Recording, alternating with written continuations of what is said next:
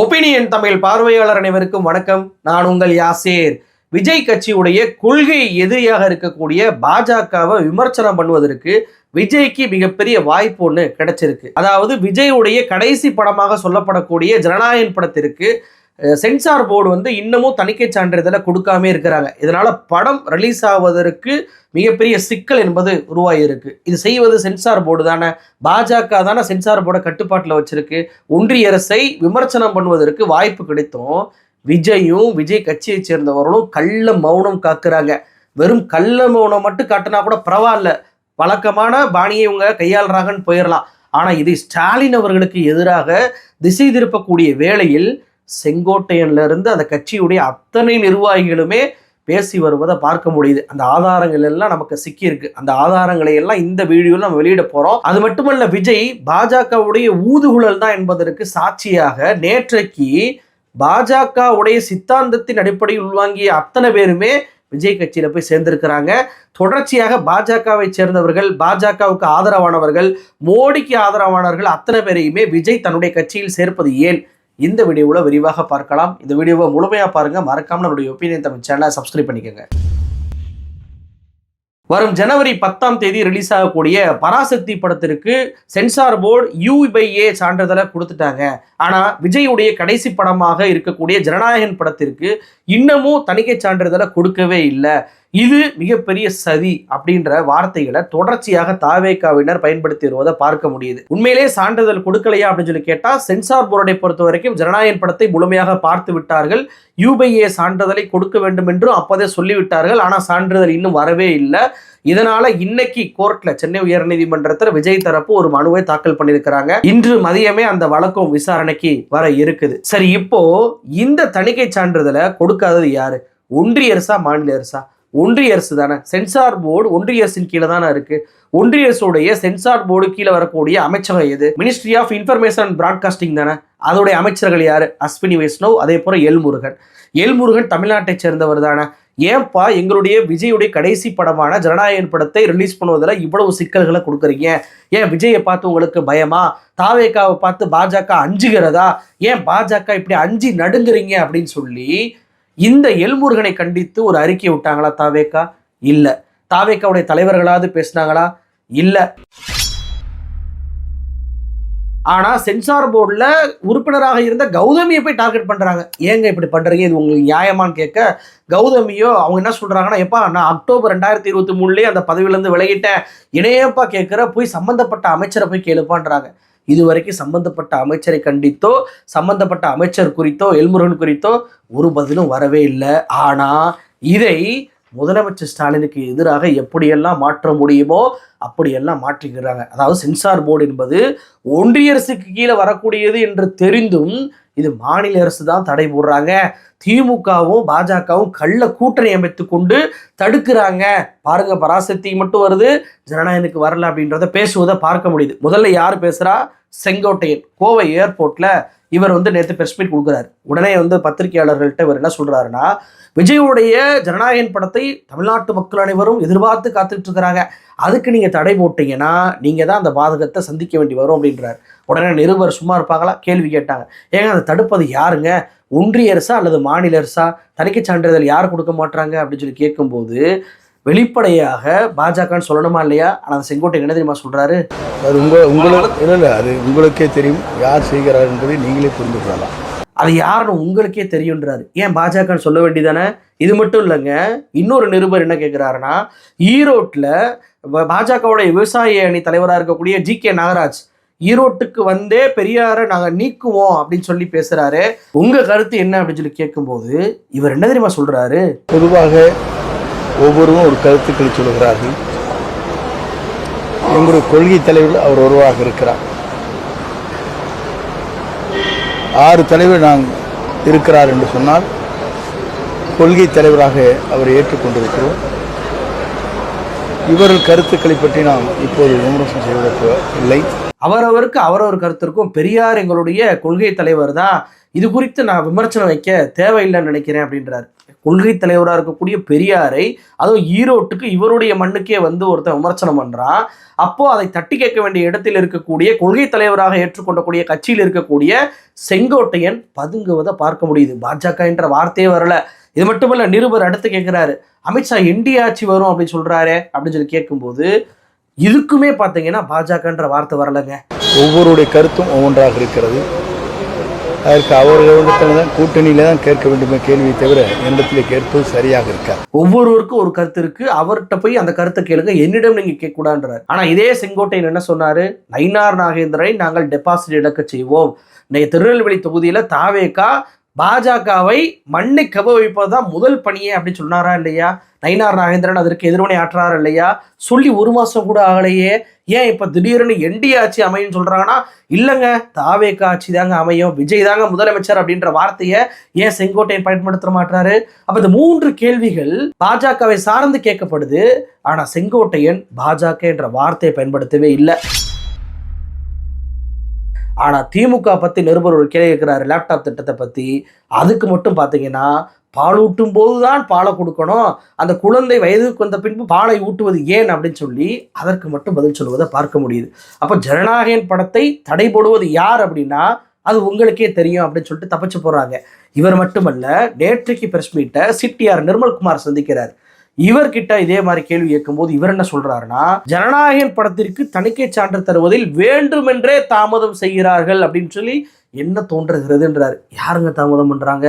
பாஜக தானங்க, சொல்ல வேண்டியதானே. ஆனா அதை சொல்லவே மாட்டாங்க. இவர் தான் பாத்தீங்கன்னா 2 நாளைக்கு முன்னாடி என்ன சொல்லியிருந்தாரு, யாரோ ஒருவர் தடுக்கிறார் சான்றிதழ் கொடுக்குது அப்படின்னு சொல்லிட்டு. யாரோ ஒருவர் ஏன் சொல்றீங்க, மோடி தான் சொல்லுங்க, நம்ம கூட கேள்வி கேட்டிருந்தோம்.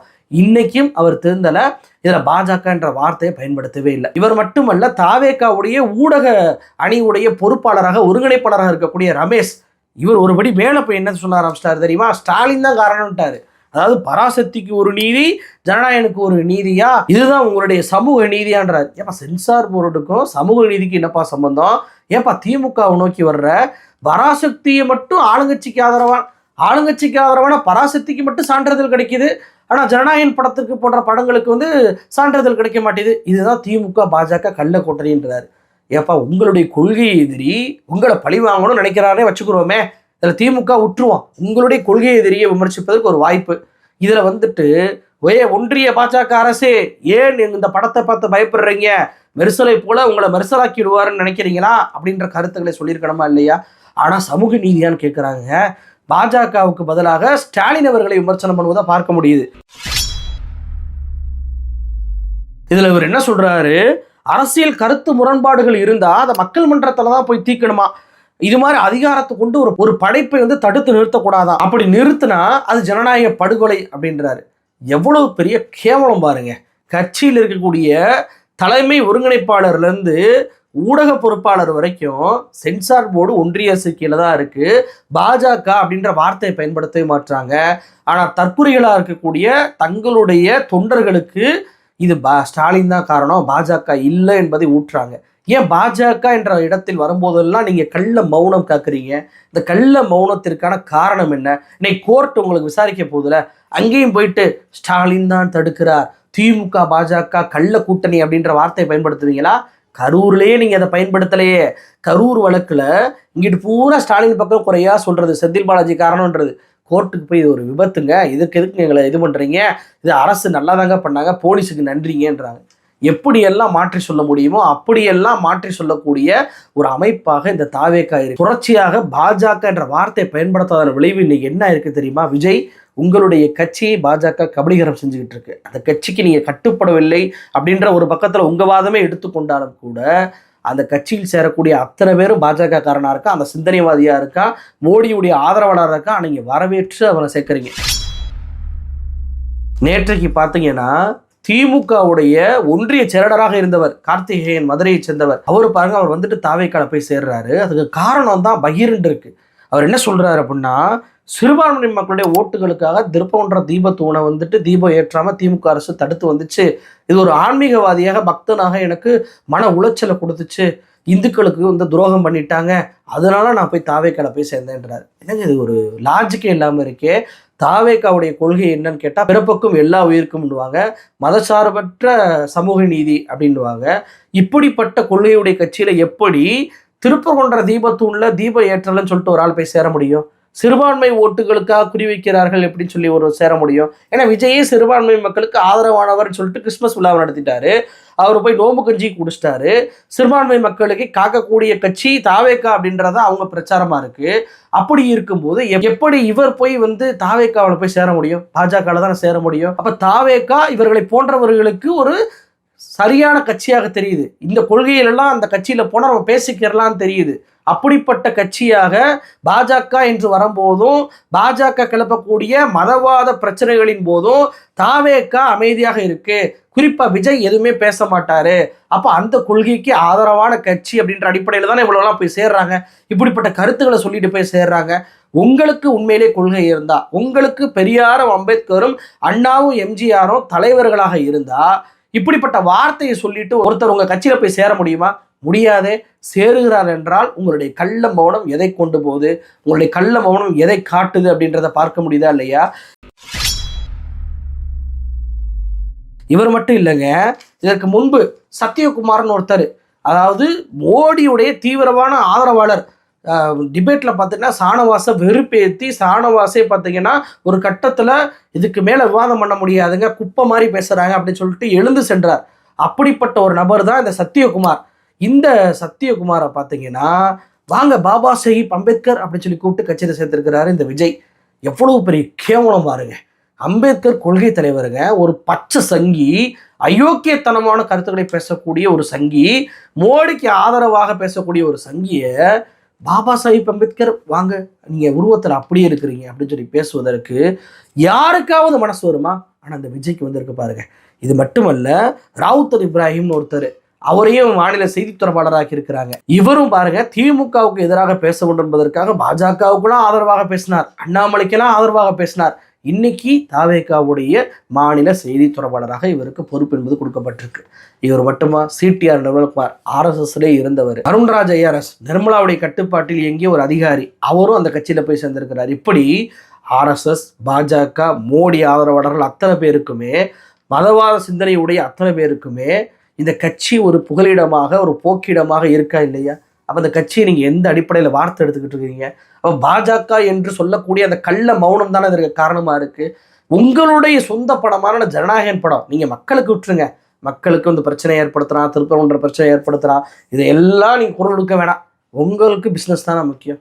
ஜனநாயகன் படத்துக்கு உங்களுக்கு பிரச்சனை வரும்போது அந்த பிரச்சனையை பண்ணுவது எல்முருகன் தலைமையிலான ஒன்றிய அமைச்சகம் தான் அப்படின்ற போது ஏன் அந்த குரலை கொடுக்க மாட்டீங்க? உங்கள் படத்துக்கு கூட கொடுக்க மாட்டீங்களே, ஏன் கொடுக்க மாட்டீங்க தெரியுமா? பாஜகவை பச்சுக்கிட்டா சென்சார் போர்டு இன்னும் கட் பண்ண சொன்னோம், இன்னும் நமக்கு பிரச்சனை என்பது ஏற்பட்டுக்கிட்டே இருக்கும். அப்போது நம்ம பிஸ்னஸ் கெட்டு போயிடும். பிஸ்னஸ் கெடாமடாத அளவுக்கு ஸ்டாலின் மேலே வேணால் பழியை போட்டுருவோம், பாஜக காப்பாற்றுவோம். அப்படி நம்ம ஸ்டாலின் மேலே பலியை போட்டால் பரவாயில்லையே, ஸ்டாலினுக்கு எதிராக சிறப்பாக செயல்படுகிறாரு அப்படின்னு சொல்லி நமக்கு ஆதரவாக சில பல விஷயங்களை செய்வாங்க. அவங்களுக்கு ஆதரவான அத்தனை பேரையும் நம்ம கட்சியில் சேர்த்துக்கிட்டா பாருங்க, உங்களுடைய ஆட்களை எல்லாம், உங்களோட சிந்தனவாதிகள்லாம் என் கட்சியில் நான் இணைச்சிருக்கேன் பாருங்க அப்படின்ற அந்த ஒரு விஷயத்தை காட்டுவதற்காக தான் விஜய் இவ்வளவு மெனக்கிடல் பண்ணுறாரு. விஜயை போல ஒரு கேவலமான ஆளை பார்க்கவே முடியாது. நேற்றைக்கே சொன்னோம், கடைசி படத்தில் கரூர் காட்சி வச்சு மனிதாபிமானமே இல்லாத ஒரு நபர் அப்படின்னு சொல்லி இன்னைக்கு பாஜக கீழே வரக்கூடிய சென்சார் போர்டை கண்டிக்க வக்கு இல்லாமல் முதலமைச்சருக்கு எதிராக தூண்டிவிடக்கூடிய வேளையில் இந்த ஒட்டுமொத்த கட்சி ஈடுபட்டு கொண்டிருக்கிறது. இந்த படத்தை வெளியிடக்கூடிய தியேட்டர்கள் ஓனர்கிட்ட போய் 75% லாபத்தை கூடுன்னு சொல்லி கேட்டு அந்த ஓனர்கள் அது முடியாதுன்னு சொன்னதற்கு அந்த உண்மையை சொல்லாமல் தியேட்டர் கிடைக்க விடாமல் பண்ணுறாங்க அப்படின்றது. இப்படிப்பட்ட விஷயங்களை விஜய் செய்வது மக்கள் மன்றத்துக்கு தெரியாத நினைக்கிறீங்களா? நீங்கள் மறைச்சாலும் சொல்வதற்கு நாங்கள் இருக்கோம். உண்மையை இங்கே சொல்லி யாரெல்லாம் பாஜகவுடைய ஆதரவாளர்களாக ஊதுகுழலாக வருவாங்களோ அவங்களை அத்தனை பேரையும் அம்பலப்படுத்துவதுதான் எங்களுடைய மக்களுடைய முதல் பணி. நன்றி.